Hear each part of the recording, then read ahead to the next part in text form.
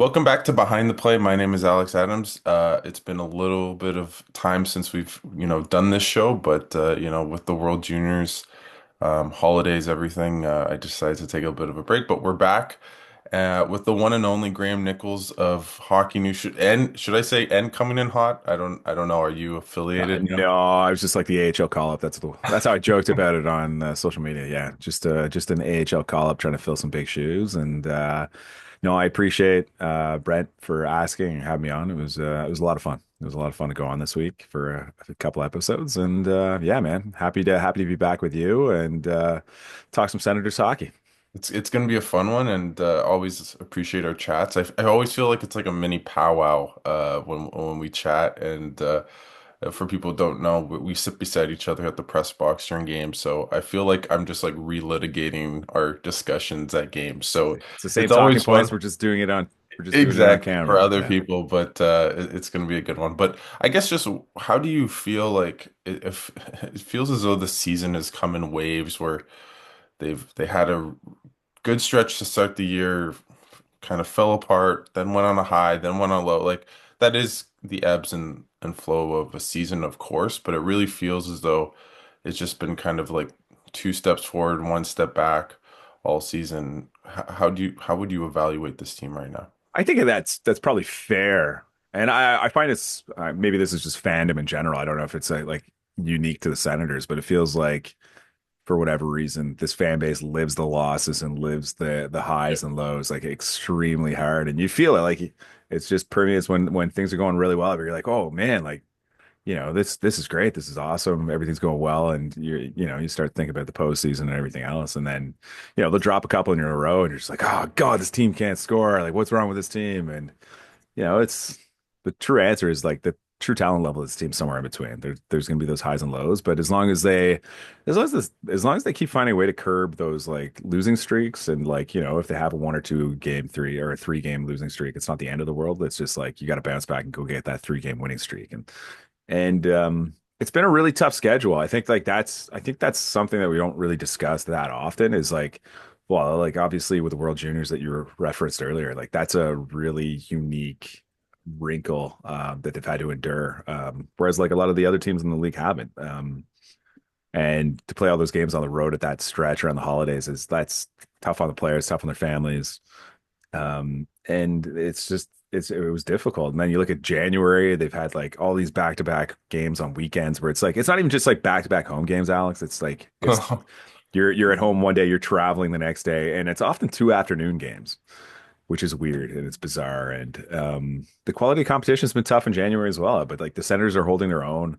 They captured another point last night. I'm sure we'll get into the game, discussing last night's loss to Washington in overtime. But um, they're hanging in the mix. If they can stay in the mix and just kind of like, I hate talking about, hey, when the schedule gets easier, like the Senators are gonna bank games and lots of points and they're gonna be fine because it's the NHL. Parity's a real thing, and you have to win games. Like there's a pressure to win games, and even though the schedule might look easier, you still have to go out and actually execute.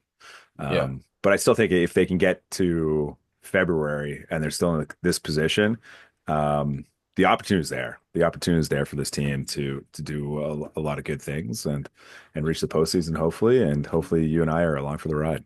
Yeah, the kind of problem, and we'll probably talk about it, is there's so many teams in the hunt now that have been playing so well. Like they've actually played decent hockey, but all these teams have caught up with them. But I think you're right about the schedule, and it's almost not a misnomer, but people don't realize. Like I've talked to players and I've asked them about travel.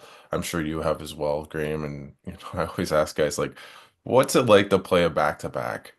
And they kind of their first instinct, they kind of almost like shrug their shoulders and like, it's tough. Like it's almost like they have to run like the army run or something. Like they're just like, I'm dreading doing this, but we're gonna have to do it.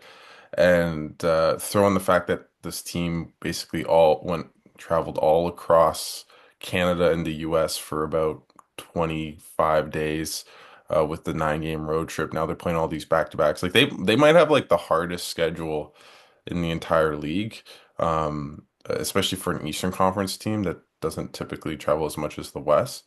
So I think the fact they survived that road trip, they went 500. They lost Hallmark. Obviously, it let them find the hidden gem in Levy Marilainen. Who would have thought?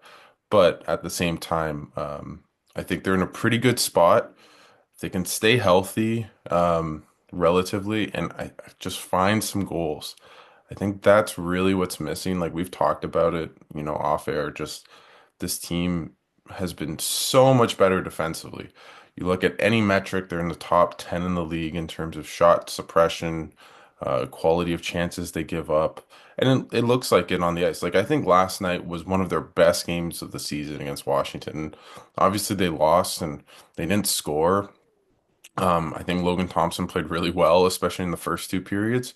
Um, the Sens could have easily had two, three goals, but they played maybe the best goaltender outside of Colin or Hellebuck in the league, and that sometimes happens. But against one of the best teams in the league, they shut them down for really two and a half periods. Even in the third, I thought they were decent.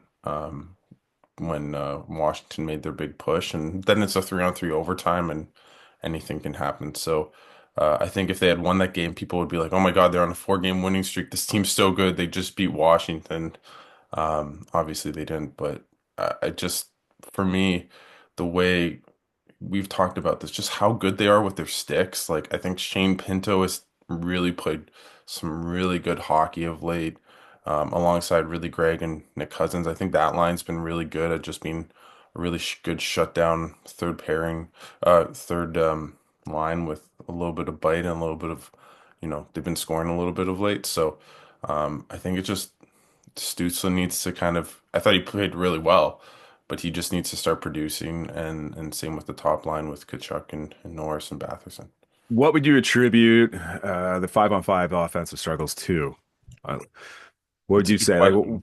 what would you just observe this team over the last several I months? Like, what would you say is I the I go? think I'm not going to steal your idea first because you were the first one that brought it to it. I think this team's slow. Especially like I think for Stützle, I think it makes sense that they're putting kind of maybe their best three forwards outside of Timmy with, Kachuk, Norris, Batherson on the line. I think they've been pretty good together. But the amount of times where you just see Stützle go in transition, carry the puck in, and just like wait for guys to catch up to him with Gaudette and Giroux on his line, or if it was Greg who was in the burner either. Um, I just don't think they have the guys necessary in their top six to kind of just in terms of speed to kind of catch up to Stutz. So like, you'd get you. I remember back in the day, with Crosby, they always said like it was really hard to find line mates for him. And he's not. I'm not saying Tim Stützle is exactly Sidney Crosby, but there's a little bit of that like you need a guy to know where to go to be quick enough to play with a guy like Crosby or a guy like Tim Stützle, and I feel like they just don't have that guy outside of Kachuk. Um, and I think Norris by himself, we've talked about this, is just not a play driver. I think he's actually played really well this year. I think defensively, his metrics aren't great, but for me, the eye test shows a really competitive. He's hitting anything. I think he's feisty. I think he's had a really good season. He's on pace for close to 30 goals. Like that's good for a second line center, but I just think he needs guys like Batherson and Chichuk to you know pull their weight to create plays. So Yeah, um, I was kind of intrigued that like Travis Green got away from Norris on the wing. I thought that was going to be an experiment they might consider for just like a longer period of time because I think you're bang on. Like I think like Josh Norris, like smart player, like bright guy when you talk to him, mhm. has obviously like skills. Like I think like he's like 90th percentile on a lot of the skating metrics using like NHL edge data. Like he's very fast, he's quick in bursts. There's a lot of tools and skills that he brings to the table. And I think it's just a matter of sitting down and saying, okay, like how do we unlock this guy's potential to the maximum? And I think if you recognize that he is a shooter and he needs guys to create space for him on the ice where he can kind of get lost in coverage and do a lot of things. Maybe you put him with a guy like Timmy, who's playing with line mates who aren't necessarily the fastest. Like Adam Gaudette is not a burner. Closure at this stage of his career is not a burner. And like how often have you seen Timmy go into the offensive zone with possession off a clean entry and he cycles? around the back of the net because nobody's skating with him. Like they're Yep. not he's creating time for these guys to get in like offensive positions. And like he'll cycle like almost like the entire offensive zone waiting for these guys to catch up. Yeah. And like I don't know if it makes sense to put like your two fastest forwards on the same line. Like if you want to use Norris in an extended viewing on a line with Timmy, but I think we've talked about this before on the show and stuff. I think like Tim's a driver. Tim can win a shift on his own. I think Brady Tkachuk is another guy who does so much work down low, controlling the puck, cycling the puck. He's another guy who can drive his own line based off his own skill set. And I think like you have to find ways to complement those players with the right guys. Like, and I think with Norris, he's a guy who needs that perfect complement to like bring out the best of him at 5-on-5. And I don't know, like he's had a lot of historically, like he's had a lot of success playing with Brady before, and maybe that's something that they'll continue to do. But like I think based off the need for a top six goal scorer, maybe Josh Norris is a solution to that if you play him with Timmy, as Yeah. opposed to like going external. And then obviously you can slide Shane Pinto with Brady, where he's had a little bit of success in a small sample size, and then you can play Ridley Gregg at center, and maybe that's something they'll look at down the stretch. But it's I think they've got some good problems to have. I think there's enough talent up front where they can try and find solutions internally before having to go out and pay like exorbitant prices for some of the guys who may potentially be available. But given the congestion in the standings, the few teams that are out of it, I think like the prices might be sky high. So maybe it's better to look internally before doing something where you might wind up paying more in terms of draft capital assets than you originally wanted to. I think what's interesting is with just on that discussion is early in the year, like Brady, Timmy were on pace for like 190 points. They were playing together. The problem was Josh Norris. He was actually producing a little bit, but the line was getting caved in. Analytically, they weren't good.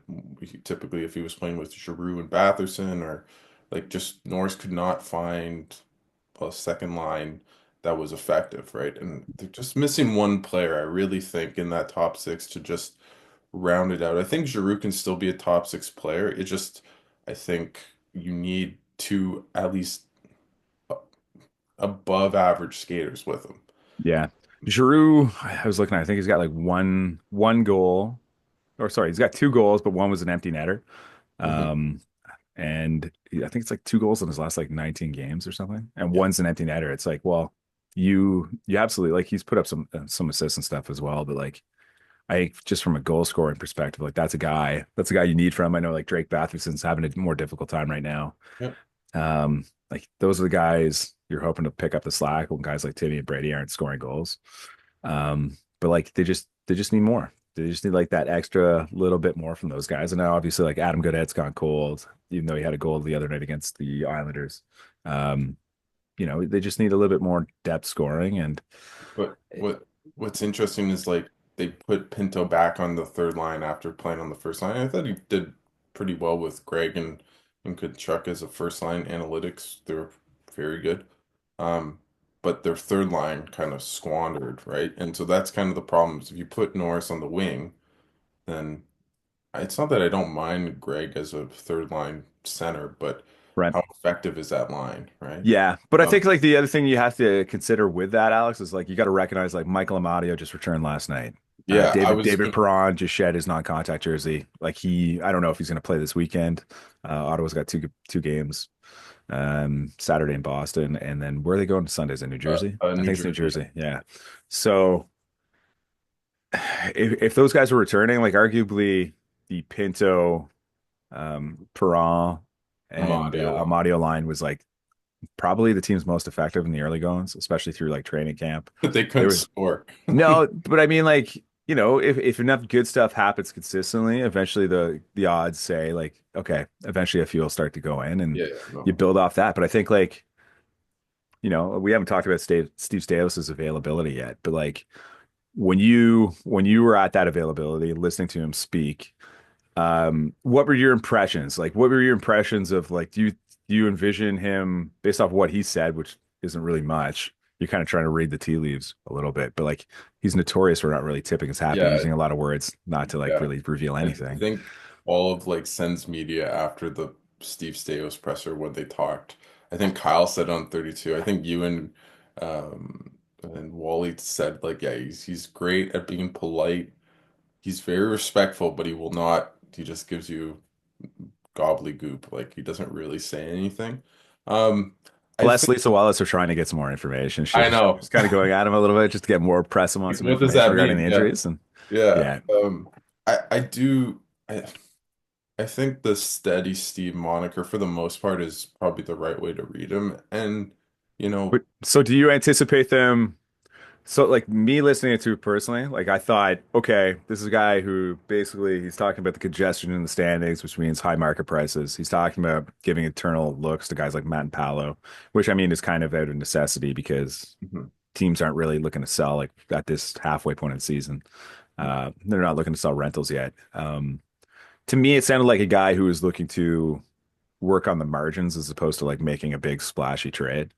And then given the team's cap situation, like they're pressed up against the cap ceiling, I don't anticipate them going out and getting like a big ticket item just because if they do, someone's going out the door. yeah. So would you echo that or how would you feel? Like how did you feel like listening to it? I would definitely agree with that sentiment and that how you read the room and what he said, in my opinion. Like, what was interesting when he acquired Allmark is in the summer, he said he tried to get him at the trade deadline last year. And that was really interesting to me, where, he did make a bold move. He has, made a big trade with Chikrin, which I think, will probably be out in my story later today, about how it's kind of worked for both sides. So I think there is an impetus where if it makes sense, he will make a bold move. So if let's say in a month from now, with um, the schedule turning, maybe some health coming back, they go on a nice little run. They're solidified in a playoff spot. I could see him making a bigger move to kind of give this team a jolt to maybe make win a round or two, which would be unbelievable. Okay, But so put your GM hat on. How are you facilitating a trade of that nature? How are you cleaning up the cap? How are you uh, doing that? I think that's it's weird because now I have to go in the room. But the one guy that I would trade if it made sense, just cap wise, would be Perron. Just if you're making a huge move, I don't think he has like poor value on the market, but he's 4 million for this year. Next, he's still a good player. I don't think it's like a complete cap dump, or you'll have to like pay, you know, an exorbitant price to get off of that contract or anything. I think it's pretty fair market value. He's been banged up, so you're not gonna, if he had 10 goals and 20 points in 40 some games, obviously he would, maybe you wouldn't want to trade him, but He that does might have be. a modified no trade. Does he have a modified? Oh, okay. Yeah. I didn't even know that. So maybe not Braun, but I don't think you trade Amadio or anything like that. Like they're gonna accrue cap space because they don't have anyone in LTIR. So Shouldn't the answer be Anton Forsberg? Just dump that contract. I I mean, don't think. they can get $1 million off the books just by putting I him in the think minors. I think that's what will happen whenever Allmark comes back is they're gonna just either waive him or trade him. And I don't think if they're able to trade him for any like even just for like future considerations. Yeah, Pierre LeBrun had Carolina linked to Forsberg in December, like early December, but I mean that's But before his. I think he's that was before his injury, and then some before he, inconsistencies since. So I yeah, don't know, but like Carolina's also desperate for a goaltender too, just they based off are, some of the injury and problems that they've had. they're just like they're the biggest goalie turnstile, right? Just pick up guys, see if it works. I think it's the right way to go about it if you don't have that number one. The problem is they've never found that guy who's like Yeah, a legit stone cold, yeah. elite And I goal. think the problem is if you do dump Forsberg, you have to go back out and find another veteran to probably just stash at the HL level in Yeah, hopes that like if something ever happened to Allmark again or Levy, like there has to be someone you can like kind of just put in and not embarrass themselves. yeah. I think the Marilinen, just his breakout has been such a blessing for this franchise because like I wrote about it when Allmark was out week to week, that this team should acquire a goaltender. And That was your John Gibson pitch, wasn't it? yeah, it was. And I mean, now you wouldn't, right? But I mean, How are you going to fit that guy's cap hit in? eat it, and give them Forsberg. It actually would have made sense with Forsberg going the other way, but that's another story. But my point being is that like he's been, miraculous, and he gives Steos room, like kind of time to be even more patient. So I think, and they're back in the hunt, like they haven't fallen out of it. Obviously because he just doesn't allow goals unless it's in overtime, it seems like. So, um, I, it's going to be interesting. I don't expect a big move. Um, I think this summer will be interesting though, but I think So, the okay. Ryan So Donato type player, like just the guy let's playing let's just well. say, Alex, let's just say hypothetically, let's just say you clear like a $2.75 million cap hit off the books. Let's say Forsberg, for whatever reason, some team just takes that contract on.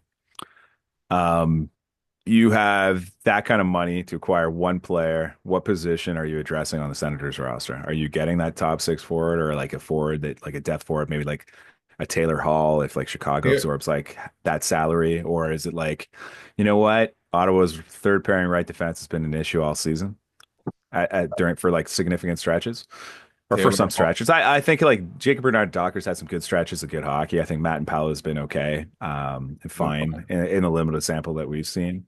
But like I don't think you want Travis Hamonic playing regularly as your third pairing guy. I think Well, the times kind of I think there's enough statistical evidence and eye test data and there's enough quantitative and qualitative analysis to say, you know what, like this the team's better when he's not in the lineup. And that's not a slight to him. no, I'm it's not trying to pick on him or anything, but like I think that's just the cold hard reality of the situation, right? if Travis Hamonic is playing, like I think Ballo has been better than Hamonic with Clevin. Hamonic and Clevin, if you look at their numbers, have been awful this year.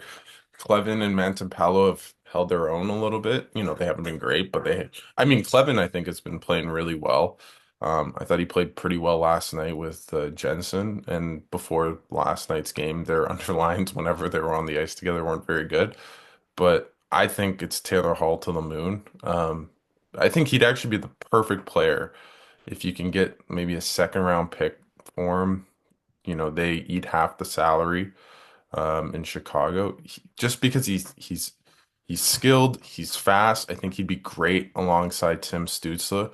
He's not a great defensive player, but I think you have enough. If you put Giroux on that line, you have like two guys that are decently uh, defensively responsible. That's the perfect guy for me. And I think, you look at their defense, and yeah, it's not an oil painting. It's not beautiful, but Jake Sanderson and Artem Zub are playing outstanding hockey right now. I think that's like a shutdown. Like you have your number one pair. Jensen and Shabbat have been playing really well all season. And then you figure out the bottom pair, and every team has warts. You're not going to be perfect, but Tyler Cleven's playing good hockey. So, in my opinion, sure, you can add. I think the really good teams that go on playoff runs are just adding depth defensemen just for injuries. And you see like random guys playing in the Stanley Cup finals that you would have never thought just because teams are banged up. But I think this team needs to score. They're 24th in goals, they're seventh in goals against. They're doing fine with the defense that they have right now. They just need to score more. And I think you need a top six or at least like a middle six addition to the lineup more than anything else. Yeah, I'm kind of curious. Like, we haven't had large samples of data where, or long periods of time where, like, both Jake Sanderson and Thomas Chabot were playing well. Like, that's just something that we haven't had for long stretches this season. Obviously, Sanderson came back, or sorry, Sanderson, Zub came back to be paired with Sanderson after Zub returned from his concussion. But that was only like what, like a nine game sample, 8 game sample before he sustained a foot fracture and then was gone again. Um, so I wonder how much of the offensive struggles are just solely from the fact that like this team's top four has been kind of disjointed for long stretches of the season. I like, if Zub's healthy, because I think the further removed Zub gets from that concussion, like there's a noticeable difference in his play, this go round from like the previous one, and he looks like the player of old. And like you said, Him and Sanderson have looked fantastic during this recent stretch. But I just wonder from an impact perspective, like how much better this team's goal differential and goal scoring output would be if Sanderson and Shabbat were both healthy, productive, and playing their best hockey. And that just hasn't happened for long stretches this season. Yeah, I don't know. I mean, it is true, but like every team gets banged up too. So it's For like sure, but I mean, like 5-on-5 offense starts from the back, and goes out, right? So I I think in the if you're not moving the puck efficiently, it affects your breakouts, it affects your entries, it affects like a lot of play. Like if your guys are just flat-footed in the neutral zone, waiting for passes that just are never arriving, it puts the team on its heels pretty quickly. I feel like this is just how hockey works in an 82 game season, but I was thinking about it earlier today, like how it's never felt really at all season, except maybe a stretch early on where everything was working kind of at the same time, Hmm. right? Like to begin the year, they could score. They won that game 8-7. I think they beat Tampa 5-4. They were scoring a lot of goals. They beat St. Louis St. 8-1. Louis, yeah.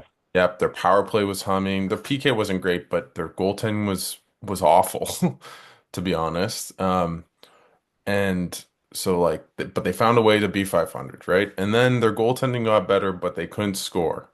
Uh, and but they were still kind of winning games 3-2, and they went on a bit of a slide because their goaltending took a dip. And their power play was still humming, but 5-on-5 they weren't generating much. And then they started generating a bit more at 5-on-5, but their PK gets woeful, their power play gets, you know, starts getting a bit colder, their goaltending, Allmark gets hurt. Like it really hasn't felt as though at any point in the season where like everything was humming for like a 10 game stretch. And it will never be that way for sure, but it always feels like right now, like they're playing excellent defensive hockey, but they cannot score goals, right? And so it's like it's just really perplexing, right? Where um I thought they played pretty well. I still think it's hard for them to get like inner slot chances. And it never really felt like outside maybe Which of like seems bizarre because they have Brady Kachuk on the roster, right? Like, which you see I know. what he's But renowned for. Like, he hasn't he is a high volume guy at the net front, and it is kind of crazy that like, yeah, this team should be generating more than it has been in that situation. But and he's slowed down. Like he hasn't been producing that much of late. He hasn't been scoring that much. And I mean, I think the whole team hasn't. So I'm not gonna say like, oh my God, Brady Kachuk is letting this team down. Like Batherson didn't score on the 9 game road trip, like all these guys. So last night I kind of asked Green, like, he was really happy with his team's play. He's like, it's kind of bittersweet. I don't think he said bittersweet, but that was basically what he was conveying. But I asked him, I was like, you played well, but you're not scoring. Like, what can you do? Like, do you feel he's like, well, against New York, it really felt like we had, I think, 18 high danger chances. I think we're playing pretty good. It's just not going in. And I think some of that is true. Like, I don't think in the last 2 games they should have had one goal from, outside of an empty netter. Like, I think they played better than just getting one goal. At the same time, they don't feel too threatening, and when your power play starts getting cold, as we kind of talked off air, um, it's a recipe for, not a lot of goals. it feels like when's the last I maybe it's just Timmy's goal where he pulled it from like underneath Jerry and scored into the net against Pittsburgh, but like there's just not a lot of greasy goals. Like I can't think of like many instances where this team hasn't had to work hard for everything that they've gotten. Like it seems like every goal is like it's the culmination of like some great passing plays, and it's like a lot of hard work that generates it, which is great. But it just feels like there's not a lot of luck. There hasn't been a lot of lucky bounces or goals. The It the feels like they work hard for everything that they get. Yeah, the one thing, and you kind of talked about Shabbat and Sanderson, not playing well at the same time, or never really overlapping in terms of playing very good hockey at the same time. I really don't like how this defense core throws shots at the on goal. Like it always like even last night they probably had 4 to 5. I can think of Clevin, Jensen had one or two, Sanderson as well, where they just throw a shot from the point with no traffic on net and Thompson ends, and they ha were generating like good cycle play in ozone time. And I don't like it's hockey. It's so quick out there. I don't. I I would look crazy out there on the ice, just how bad I would be. But a part of me just wants them to like hold on to the puck, wait for guys to come in front, screen the goaltender, create chaos, go from there. And it feels like this blue line just doesn't have that maybe aptitude to launch shots at the right time. And they're last in goals for from defense from last time I checked. Which is interesting because if you look at like the team's 5-on-5 like heat maps on like hockeyviz.com, for example, like you can see like a lot of pucks are coming from like the wall at the point from both sides of the point. And then there's a lot of shots coming from the middle of the blue line as well. Like they're I think that they do a good job of cycling, creating like chances and putting teams on their heels. But I think like when they throw it back to the point a lot of times, whether it's at the end of a shift or whatnot, the defensemen are just they'll throw it on net, and eventually they're like it does like from time to time to work out in terms of a tip goal. Like we saw Goodette score against the Islanders like that, off a Clevin shot, but like it's just not happening with that kind of consistency. They're not getting rebounds, shots are getting blocked, or they're just harmless, like you said, and the goalie just catches the puck, absorbs all rebounds, and then it's a whistle, and you're giving a reprieve to the defensive team. And So that and that's why like I know I think some of the people in the media corps even on Twitter and stuff like think I'm like the biggest like Carter Yakimchuk apologist, but like that's the one thing that I asked Stay, I was like how close do you think Yakimchuk is, and he kind of talked about, well, his same old, and I'm not besmirching Staios. He just it's fair that he doesn't want to answer the question. It is what it is. But just like, yeah, we'll see, like we'll evaluate, we're constantly evaluating, whatever. But the one thing Yakimchuk has is he has a great shot, it's great poise on the point, and he has just a knack for knowing when to like just the offensive reads of a defenseman that I don't think anyone, even Shabbat, I don't really think has it to that extent, right? And he'd it's be weird. It's weird because I thought like Sanderson had moments of that, like in the preseason, the first couple games of the season, and then it's just like, I in terms of just like he's a player who can give this team so much more than he has, and there's like yeah. there's those elements that he has that he can bring out a little bit more often, and it just for whatever reason it just hasn't happened. I mean, if you read some of my stories with Sanderson and talking to him, he's very upfront. Like he'll say like I don't think I'm gonna win a Norris because like I don't think I'll put up the offensive numbers, and he really prioritizes his defensive game, and I think that's is what has got him to where he is I think one of the best defensive defensemen in the league. But I think you're right. In preseason, he just showed much more poise. The hot start to the season, I think he had 6 points in his first 5 games. They're all mostly on the power play, but it just felt as though he was generating um, just way more chances, way more creative than he has in the past. And then it kind of has just snowballed. And I think he's regained himself a little bit of late, but even then, it doesn't feel like if he has the puck on the point, I'm not like, oh, he's going to make a play, slide down, create a really good chance or opportunity. It feels like he's going to pass it down to the wall or launch a puck, and it won't really be like a high quality chance from it. And um, I just wish he just had a little bit of that like offensive nous, or I don't know what the right word is, to just be creative, to read the right play, to know when to shoot, when not to. But he's still young. Like I'm still like super high on him. I still think if he can become just a bit better offensively, he can be a top five defenseman in the league for a long, long time. Yeah, I think like Eric Carlson was phenomenal at it. Even Eric Branson to a certain extent. Like those guys have found ways of feathering pucks through traffic and putting shots on goal to get like rebounds, rebound creation. I feel like there just hasn't been enough of that from a Senators perspective. Like they need more traffic. They need like lower shots to throw off the pads of the goalie and just create like second opportunities. Like it feels like there haven't been enough rebound goals. No. It's just there needs to be like those second, third chance scoring opportunities where it seems like every time Ottawa scores, it's off like a beautiful one like individual play or just a one off.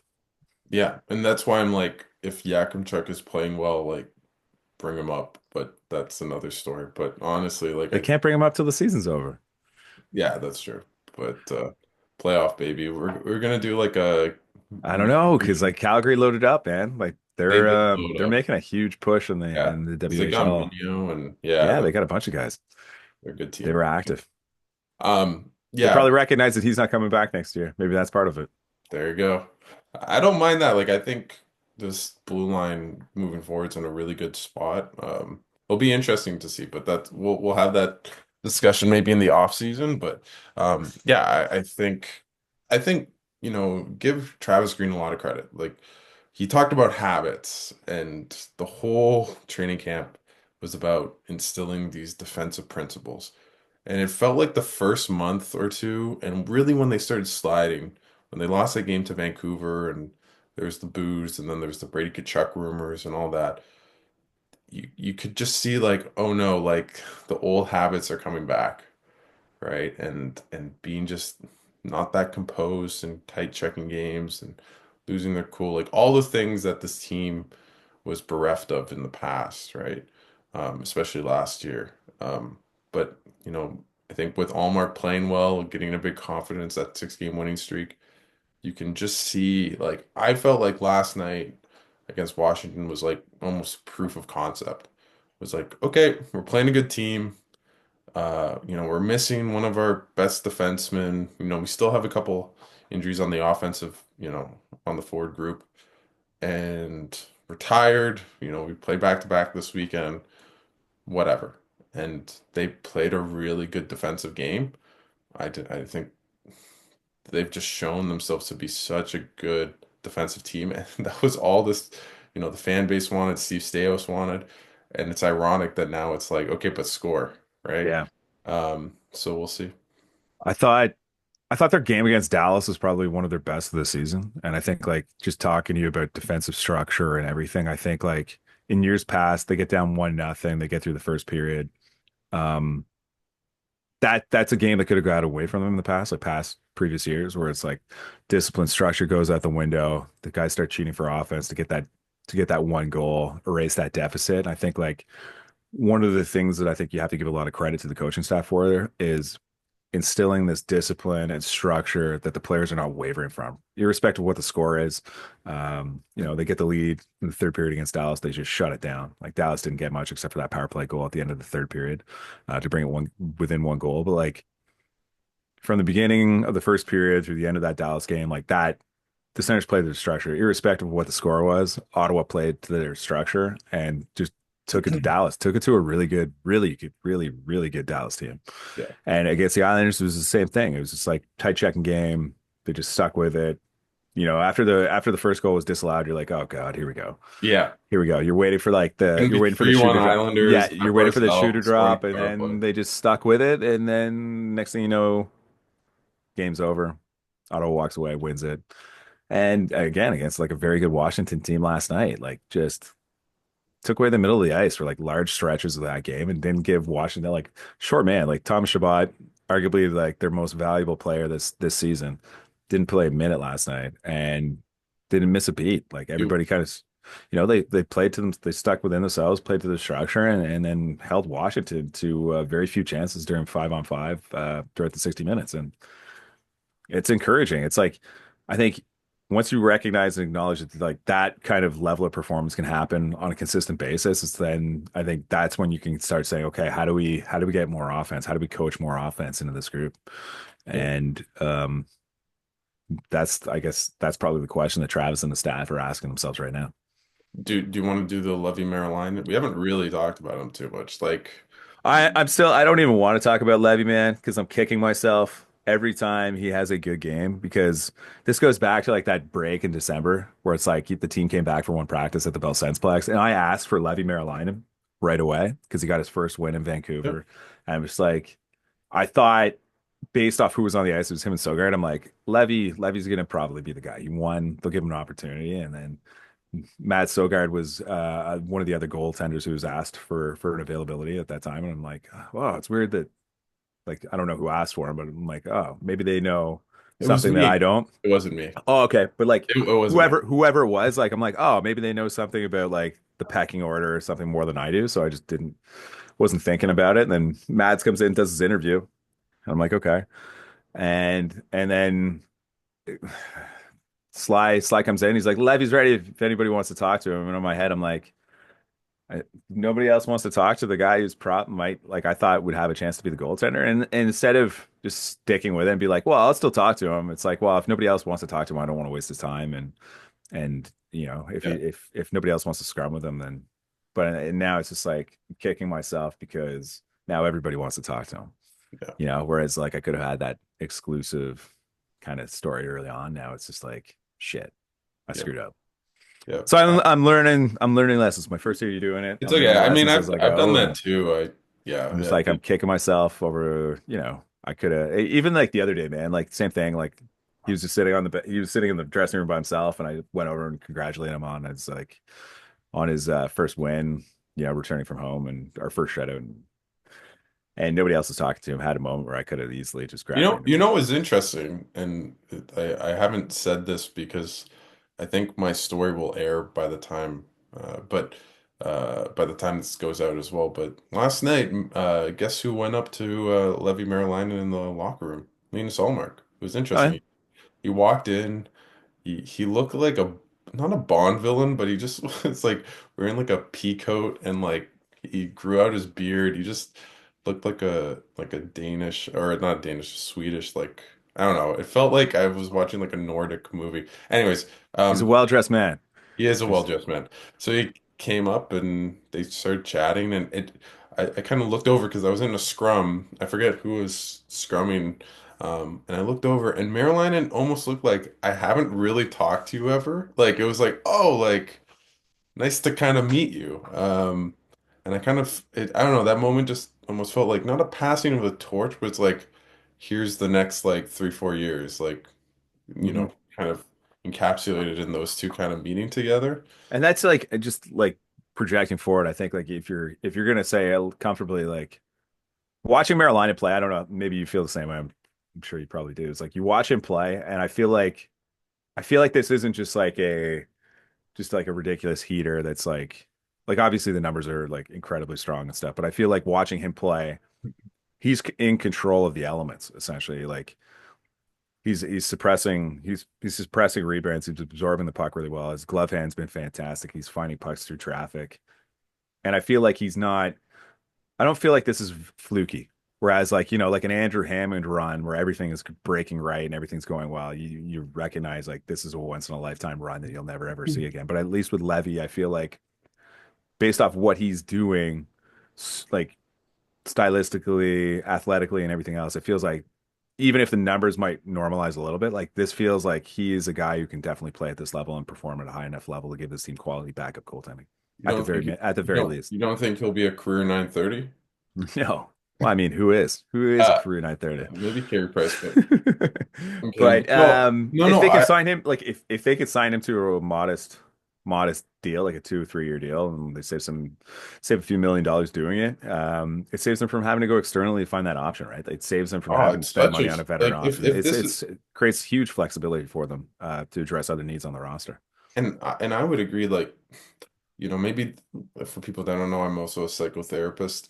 That's my other job, but for me, they all talk about like how calm and cool, and like they always say that about goalies, but like he, just even seeing him like very chill, very calm, not, sometimes you'll see goalies and I won't say who, but they're really in their mind. Like some of that is just to be focused all the time, right? Like, I don't know how I'd be a goalie. I would always be like thinking about like I don't know, why is Sparta eating someone on the Jumbotron like during a game? Like I would probably lose my focus, right? But That's the he ADHD kicking in. yeah, well, I'm not diagnosed, but I just mean that like, there's some goalies where you can tell it's really in their head and it's a tough, job outside of the millions of dollars. Um, but with him, just the poise. Like I was talking to Pinto yesterday, he's like, for being that calm at 22, like it's something crazy. Like I've never really seen that before. And I think just the fact that he has that mental makeup, I talked to Justin Peters, the goalie coach, and he was talking about how like calm and relaxed he just always is. And I think that's what you want from your goaltender. And I think, it was interesting. He talked about how as you said, he has all the tools. He has the athleticism, but it was just about developing just basically like the good habits of not being too aggressive, not trying to just like use your athleticism just because, and becoming much more square and all that. And you see it like he's an athletic goalie, but he doesn't play like he is one in a sense, and I think in a good way, Yeah. right? Kind of like Allmark too. Like he's pretty athletic. It's just, but he You doesn't. don't you don't have to see it if you're always square and you're doing what you should to not put yourself in those Yeah. situations, right? And then you have the mental makeup where, they score a goal. I think, I thought about, you never know how, if it's like, as I would say, like a TSN turning point. But when Jason Robertson scored that first goal against him in Dallas, it was like, oh, it almost felt like a bit of like a balloon pop. Like, okay, here we go. Like, it's gonna come back to earth. And he he he was fine the rest of the game. He gave up a goal late, but like he was excellent. Didn't really lose his cool. Made some good saves later in that first period, and just kind of kept them in the game. And then they rebounded, right? Oh, And and it's vital. Like if you can get 900 or better goaltending out of your backup position, like you're putting yourself in a good spot. I think with Forsberg, that obviously hasn't happened this year. I mean, there's been so many instances where like he's let in deflating goals and he just hasn't been competitive enough to give his team a chance to win because they aren't scoring goals. And if Maryland can keep games, like if he allows one, two, three goals a game, at least Ottawa's got a chance to win every night. exactly. And they're right there. They, I just checked, like they're 11th in save percentage. I mean, it's only 900. It's crazy how much save percentage has gone down this year. But um, like Teams are you, chasing quality, man. It's like it's not just Ottawa. Like you could see it with Ottawa. Like they're chasing quality as much as they can, as opposed to just like quantity. But but it's a what's it's interesting it's is this year when goal like save percentage has gone down, goals has gone down too. So I find that like a bit of a conundrum where it's like, well, yeah, probably people, because you're spending more time. Probably because you're spending more time chasing quality, right? yeah. Like it's more puck It's management as like the opposed to football just like theory where it's like run more just so you don't give the opposition as much time to have as many possessions, right? keep the defense on the field and keep them tired. Yeah, Yeah, no, exactly. it's interesting, but I, maybe moving. I want to talk about Sabrango too, just quickly, just because I think Yeah. that's a really cool story. I texted her mom a little, or his mom, sorry, and apparently he had like 35 kids from his like local school come to the game, which is really cool and Well, he heart. was a hockey academy guy, wasn't he? Like he Yeah, was yeah, like yeah, the one in yeah, Hawkesbury. Yeah. So I think yeah, yeah. they took a bus or something to just come watch him Yeah. play. So and like the It's a mom cool. crying, and there's the picture of him wearing like the Daniel Alfredson like 1,000 games, and I don't know, it's a cool story. He was, even after the game, you could just see the jubilation, the excitement, just on his face, and he played pretty well. Like it's another, a Pierre Dorian win in the DeBrincat trade. I'm kind of being a bit facetious, but good for him. It's just a cool story to play for your hometown team. Like I remember always thinking of playing for the Sens, and this is, yeah, I could only get in the room, just not with the skates on, but it is what it is. But Next best thing you're writing about the Sens. yeah, yeah, yeah. I would take the millions of dollars as a number one shutdown defenseman, but that's okay. That's okay. Is there anything else about the Sens like that you kind of hot topic or any? No, I think they set themselves up well. Obviously, they get like the Four Nations tournament is coming up in February, so like Ottawa will get a few more weeks to like rest their guys and get healthy and stuff. So like I think I think the biggest issue for the team is just to like they haven't really had their full lineup healthy at the same time all year, and I think if they can get everybody back on the ice, I mean, like if is the lineup ever fully healthy at any point during the season? Probably not, but like if you can get to the closest version of that sooner, I think it's gonna be it's that's just to get like a true valuation of how the Can Senators are. I think that'll be important. the one last thought experiment, and it's not even a thought experiment. If Perron comes back, presuming no one gets injured, like what's your top three lines, even four lines? Like, what do you think the best iteration of the four? I'd have Cousins playing fourth line minutes. I think like just in an energy role. I think that would be best. I think he's played very well in his third line minutes and stuff, but I think like he's a guy that you want on your fourth line. Mhm. And if like I think if you could put him as like your fourth line left winger, keep Noah Gregor out of the lineup, that's a win. Um, I think Ostapchuk is going to be your fourth line center. I think whether it's Greg or Pinto as your third line guy, I think that's where it goes. But I think you want Perron and Matteo on the third line, and I think that's when you just kind of have to mix and match your top six and decide what you're going to do. And I don't know, like I feel like with Gaudette, I think like that's another great story for like the first half of the year. It's a win. Super happy for a guy to like produce at that level and get chances and stuff. But I think like had he not scored against the Islanders, like you're talking about a guy who hasn't scored in almost 20 games. He's in your Um, top six. and he's in your top six. And like if he's not scoring, he's not a quick skater. He's not a great forechecker. He's not a great like he can defend a little bit, but he's not an all-star defender by any stretch. He's not an exceptional two-way player. And I think that's probably like a limitation of his skating ability. But like if you can upgrade Goodette at some point in your top six, I think that would be a huge win. I think if you upgrade your third pairing right defense, that'd be a huge win.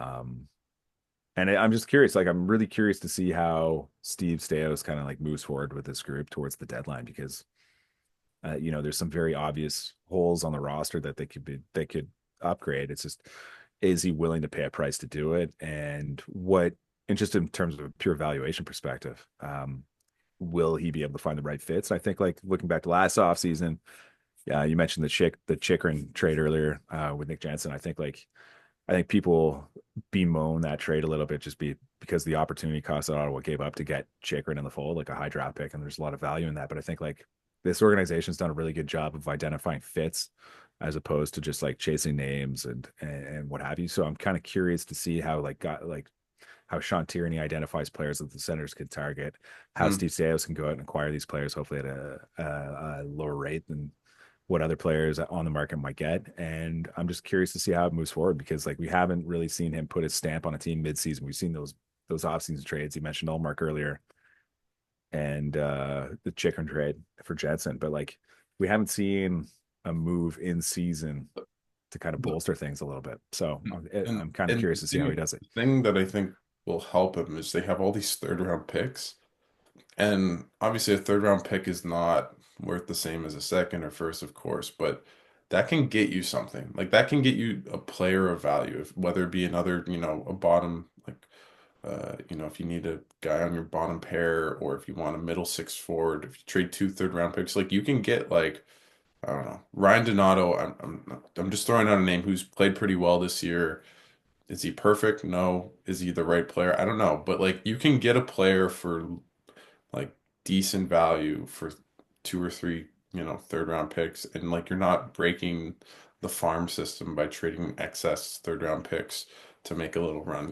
Like I think So here's the question for you because like Scott Wheeler for the Athletic just published his organizational rankings of draft systems or farm systems or what have you. Ottawa was 27th. Mhm. With the exception of like Carter Yakimchuk, they do not have a blue chip prospect. Blake Montgomery is making Yeah, sorry, like he's crazy. playing very well. He's playing very But yeah, well. no, no, He's doing really you're well in right. I London. just that is But a like I that's a like good story, but yes. like yeah, it's a great developmental story. But if you want to address a position of need, like are you a little bit more apprehensive about moving draft capital out because you have a farm system that's not Not deep not or that not talented? Because like teams of that ilk that are ranked that poorly in the organizational rankings, they're all Stanley Cup contenders. Like Ottawa's kind of like the black sheep in that crowd, where it's like this team's been rebuilding for 8 years. They should have way more in the pipeline than they do, but because of some poor trades say and poor management, Say say it they about the just guy on the don't. press box row. What?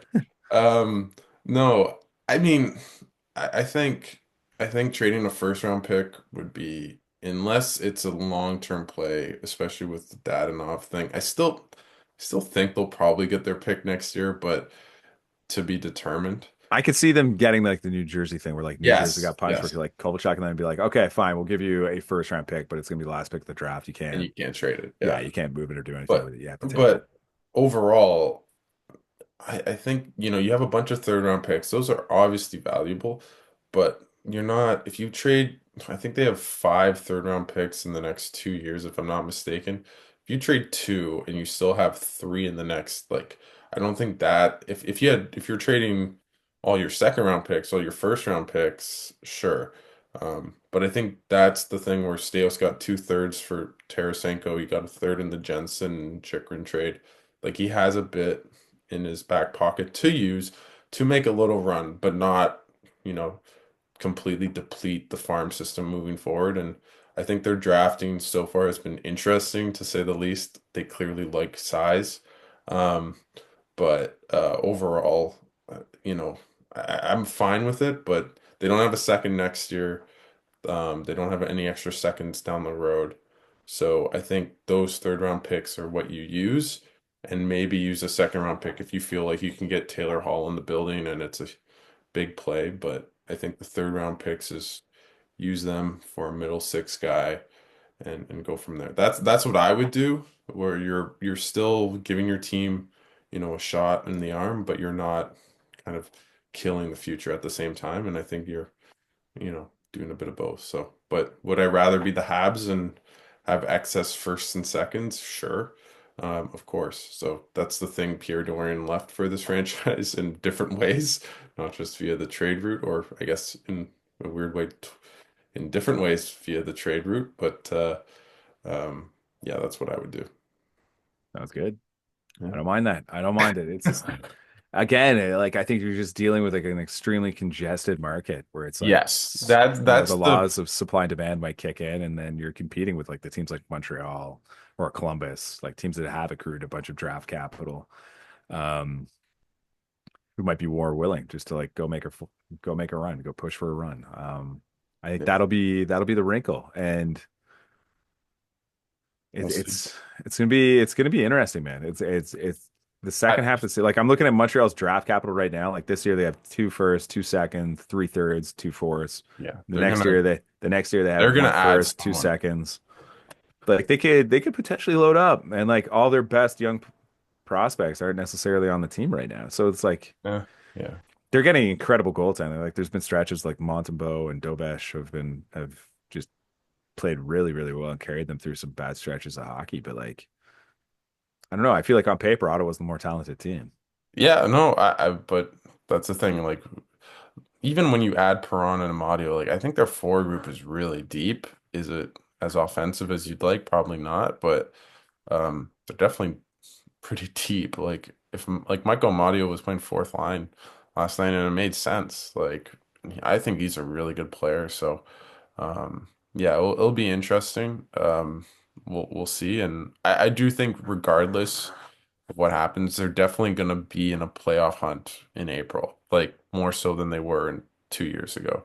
I think that's clear. The problem is that there's like 10 other teams that seem close to them. Like the Rangers won last night. Like everyone, like the Sens picked up a point and they lost ground on everyone around them, essentially, which is But that like, can happen, right? Like I think like you look at the standings and you see a lot of teams with like negative goal differentials all around Ottawa, whereas Ottawa has a positive one. I think like if the Senators can just like keep that going, um, I think they're in a good spot because like those teams should theoretically, the there's going to be one. lots of ebbs and flows in the season. I think if Ottawa just holds steady and they have a couple games in hand on Boston and Columbus, if Ottawa can continue to pick up points, like they have been of late, like I think they're going to be in a good spot. Like Columbus has won six in a row. I feel like that team's true talent I level is think like I less think than what it Montreal's is. 8-1-1. Like Yeah, I as good think as if those like teams are, they're not. no, I think like all of a sudden they'll drop like four games in a row. Like even Detroit's won like eight of their last 10. Like it's It's and, crazy I think eventually like those teams will go back to like they'll have a 500 or sub 500 stretch of hockey eventually. They have to. And in the sense as have. long as yeah, as long as the Senators continue to ride this wave of capturing points, even if they don't deserve to win, as long as they get those runs themselves where like they'll win like three, four in a row, I think that like they're gonna be in a good spot. And I think again, as we alluded to earlier in the podcast, like the schedule should get easier for them. It's just a matter of capitalizing when that opportunity arises. The last one though, they play Boston twice in the next week, New York. You need to come out of there with some points. Like they can't go 0-3. I don't think they will. Like I don't feel like like if anything, I think they're better than both those teams by, a bit of a margin, but Yep. you need to beat though you need to win those games. They lost to Detroit last week, but they beat Pittsburgh, who at the time was neck and neck with them, but they've fallen off. But those are the games you have to start winning those 4-point games, and I think they will. Like, but it'll be a big test this weekend. Um, beat Like New Boston. Jersey's, yeah, Boston, New Jersey back to back is tough. Rangers in New York is never easy. Boston on the road is never easy. And then you play Toronto and Utah. Utah's a very fast team. Yeah, For whatever reason, I think like some speed teams, smaller speed teams like Buffalo, have given Ottawa problems at times this because year. Ottawa isn't fast. What? Maybe, maybe that's a theory. Yeah, Like Toronto, Utah next week, even though they're both home games, like back to back I is mean going to be they difficult. beat those teams earlier Then you this play year. Washington. Yeah, Yeah, for sure. But I mean, like again, like not easy no, games. Then you play Washington again at the end of the month, and then you have Minnesota, Nashville, Tampa twice on the road back to back, and then Florida. Like that's just what a leads you into the killer break. And schedule. if you can get through that, it's crazy that they're going on another road trip like that though. Like It's back to that's back. Isn't it like back to back Tampa, Nashville? yeah. Well, it goes Nashville, then they play the next. So Nashville's on the Monday, the 3rd of February. Then they play in Tampa on the 4th. Then they play again in Tampa on the 6th, and then they play Florida on the 8th on the Saturday, and that's their lead into the Four Nations. Fuck, yeah, it's wild. But then then you start getting into all the home games and playing lesser teams, and there's And their home really record, like the thing is that, you look at their strength of schedule. I was looking on, I think it's Tankathon. It's like 24th, like in a good way. So like the eighth easiest schedule. Um, and they don't just have the easiest schedule, sorry. It's all home games. Like Mhm. they've played over 20, like they've played like 24 road games. They're like, I think Yep. they're 11-11, and I could be off by a game or two, but they're 23, 24 home games already. So that means they have like over 21 home games left. So like they're a better home team this year. Their schedule eases up. As you said, it feels like it's always like, okay, get to the 9-game road trip, and it's like, oh wait, it's still pretty hard. And it's like, okay, get to Four Nations, and then it'll be Definitely. But like if you look at March, so San Jose opens the month, then you play Chicago on the 5th. They play like teams in their own conference that should theoretically be important, interesting matchups. You got the Rangers on the 8th, Detroit on the 10th, Philly on the 11th, Boston on the 13th, and then they got like Montreal they play on the 18th. They got Buffalo on the 25th, Detroit on the 27th, Columbus on the 29th, and then Pittsburgh. Like those are all teams in the vicinity of the point. So like those are going to be like important 4-point games. And if they can hold their own in many of those matchups, like I there's I, I think they're going to be sitting pretty. As long as they don't give up like loser points or yeah, allow those teams to get like 2 points. And then like April's just it's nonstop home games, just don't nonstop home games. keep picking up points. Like don't go on a 4-game losing streak. Just Yep. keep Yeah. If you could picking up. curb those and go on more stretches where you win games, Yeah. breaking important analysis, but No, but it's curb the not losing like streaks and then pick up I more thought points. earlier in the year that the team struggled just to get points. Like they playing like that Vegas game, that Colorado, where like they're in it at the end and then they lose, give up a goal in the last like 5-10 minutes, right? Yep. And like, sometimes that happens. Like every team, they beat Detroit. Norris scored in the last minute of the game, and that kind of changed a lot of the fortunes of this team. But just overall, it's like just get like last night I thought it was good. Like Washington made a big push in the third. They held on. They got a Hmm. point. They could have won the game too, but they didn't, throw away a point, right? Hmm. And I feel like that's where this team's kind of changed over the year, and those habits of like winning habits in a sense of like, okay, we're not gonna just like fold. We're gonna Yeah. hold hold steady. But It's too bad. Like you look at the beginning of the year, you mentioned like the opportunity to capture points is like, I mean, every team could say this, but it's like you look early at those games that they just blew points. Like they vastly outplayed the opposition, but like goaltending let them down or what have you. And it's like, if they captured like the 4 extra points or 5 extra points, they'd be sitting tight. Like they'd be it'd be above like Tampa. for Yeah, Tampa. they'd be above Tampa. And you'd be pushing the Panthers who haven't played necessarily great hockey of late, No, no, yeah, So they're right they there. could be in a good spot. Like I think the best part that you can say about this team is they're playing consistently. They have a defensive structure that they're relying on. They know they can win games to hang with anyone down. I think like that's just like that psychological edge that if you play your game, you can limit the opposition's chances. It's just a matter of going out and creating your own. I think like that's a huge advantage for this team. Like you know exactly what you're gonna get just from a consistency perspective, and I think like the efforts and everything else weren't necessarily at this level earlier in the season. I think like No. this is some of the best hockey that they've been playing of late. And if they can get the goals to go with the strong goaltending and the good defensive structure, I think you're laughing. And I think like having a healthy and effective Thomas Chabot, a healthy and effective Jake Sanderson, if you get them playing well with Nick Jensen and Artem Zub, I think like you're laughing. That's a top Uh, four that you're hoping the 5-on-5 offense will pick up a hair, and then you just hopefully you address some holes on the roster, and then if you can bolster it just a little bit, give them like a little bit of a push, I think that'd be huge. you're laughing. You're laughing. I We'll love it. see, we'll see. But we got Laughing. practice today. I We got hope for practice Sens today in fans like an it's not hour. So laughing like, tears of yeah, anyways. But Graham, I feel like I always feel like I learn a lot when we have our chats. And thanks so much for taking the time and doing this. It's always a fun one and congrats on all your success, going on coming in hot, having a mug now. It's big days. I didn't know you met Mike Tyson. That was really cool. It was like two fighters. I'd probably take you in the ring. oh man, he's no, no, No. not a chance. No, he would kill me. Yeah. It's like sometimes I get like people being like because Ian Mendez snapped a picture of me interviewing Kachuk. People are like, oh, like you're like the same size of him. Like, yeah, that guy could crush me. Like Yeah, it's he's large. He's a large, imposing figure. yeah, Like yeah, he's yeah, he's a big boy. he's a big boy. Awesome. But Graham, thanks so much for taking the time. Is there anything you want to plug before I let you go or No, I think I'm good, man. I'm good. I'll see you at the practice in it's yeah. 10:30 right now. I'll see you practice in like an hour. Yeah, well, it'll be fun, and Thanks everybody for tuning in, reading my stuff. Really enjoyed chatting Senators and like engaging with the Senators community online. It's a lot of fun, and it's been fun. you do the best work, man. And I'm glad that Don't we've know about that. You do great work as well. thanks. Sense content's been really fun, man. It's been really good this year, It's fun to honestly. go to the rink and just like hanging out with you and Julian, shooting the shit, and then it's the vibes have been pretty good, so I can't complain. It's been a lot of fun this year. Can't complain. We need a playoff run. That's all I ask for. Yeah, Get some towels. 100%, Some man. towels. Get some towels. More interest, more views, more fun, more engagement. It's all about the clicks. That's the dream. That's No, why it's I'm not about the here. crit. No, no, I'm It's about the kidding. content. It's about the content. Exactly. Exactly.